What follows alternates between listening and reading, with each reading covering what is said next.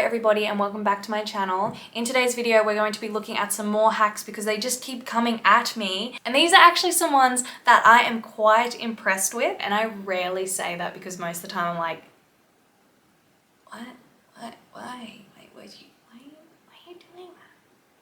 What are you doing that for? Why did you do that? Oh, I see why you did that. That's a very good idea. I think I might try it myself. Let's begin the video. Mwah. Hey guys, welcome back. So I got my belly button pierced back way in February, and I just wanted to share this little hack with you that I learned throughout my journey of having a belly button piercing. I guarantee that this is going to help you, so thank me later. First, unbutton your pants and make sure that the zipper is all the way up. Next, get a hair tie or rubber band. Honestly, these ones are more comfortable and they last way longer. Loop it through the buttonhole and pull it through. Make sure you have both sides and take one end and loop it through the other. Next, you're going to grab the one side. I guess it's like a little extender for your pants, I suppose.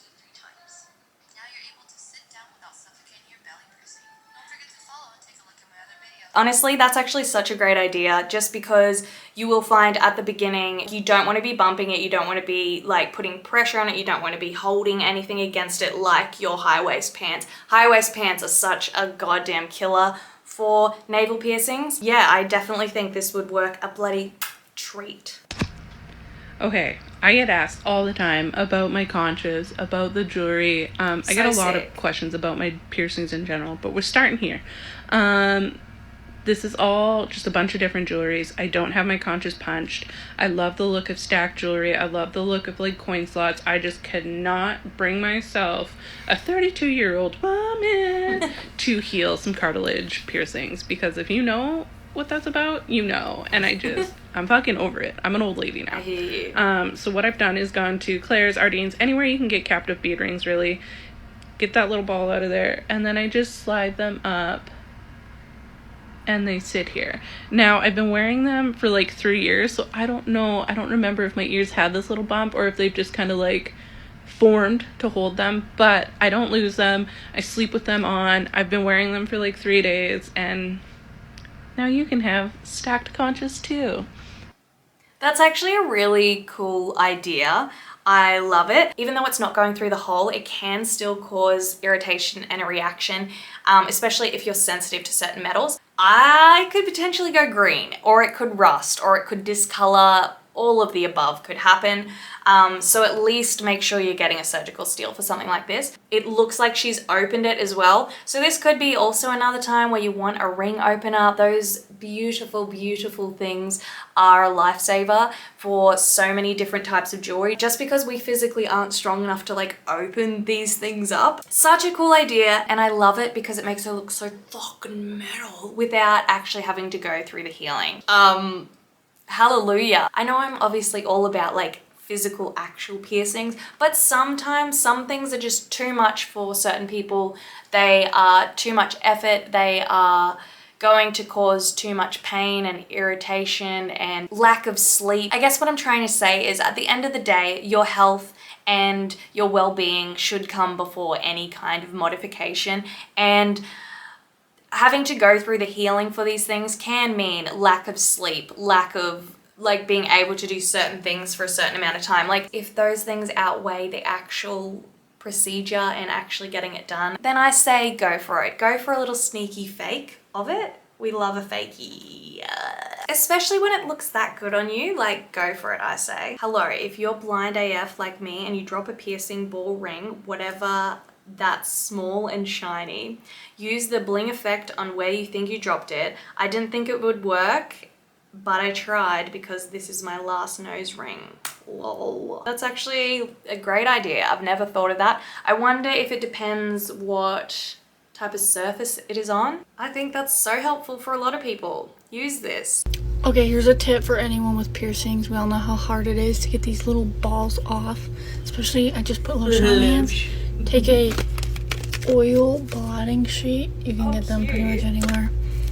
And then you use it to grip, and it literally comes off so easy. It's changed my life. Especially like right after getting a piercing and they tighten it, themselves, they're so hard to get off, and this makes it so easy.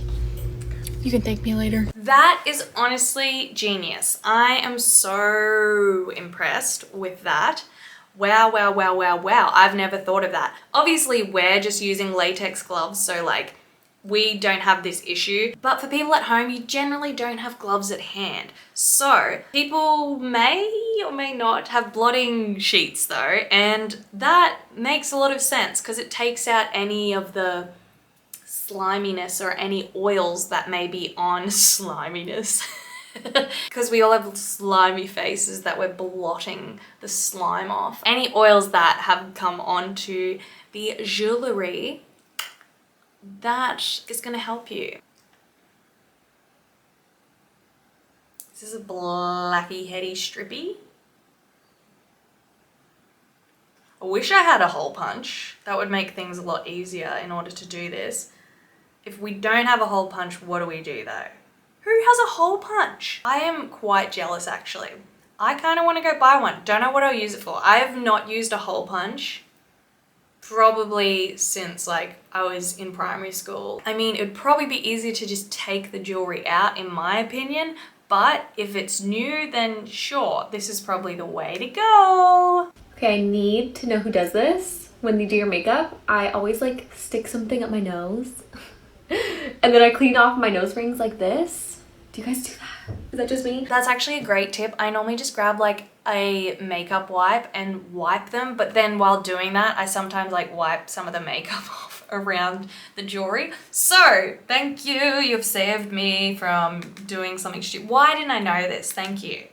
Okay, this one's for all the girls with conservative parents. So my parents are very conservative in regarding like tattoos and piercings, very anti-piercing, very anti-tattoo. But I love piercings. I actually ended up piercing my own nose during quarantine. That was a bad idea. It got infected. I had to take it out and let it heal, etc. Well, when I got back home for break, I've been wearing this little fake nose piercing around my parents. And at first they were super mad at me, but then I let them know that it was fake. And they're like, okay, so you can like take it out whenever you want? And I was like, yeah, I can take it out whenever I want. So then they warmed up to the idea. Oh, it's just fake. It's just an accessory. It doesn't matter. So now that my parents are already used to seeing me with a nose piercing, I'm just gonna go get it done for real now. We did it. Yes. Pro tip right there. Obviously, maybe not anyone who gets too up and close with the parentals because they will see, you can tell when a piercing is healing, especially at the beginning. It's going to be red. And if you happen to get a bump on that snoz, they will definitely see it. That's the only thing, but yeah. Cool, love it. Thank you guys so much for watching. If you're new here, please hit the subscribe button and the like as well, and I'll be back very soon.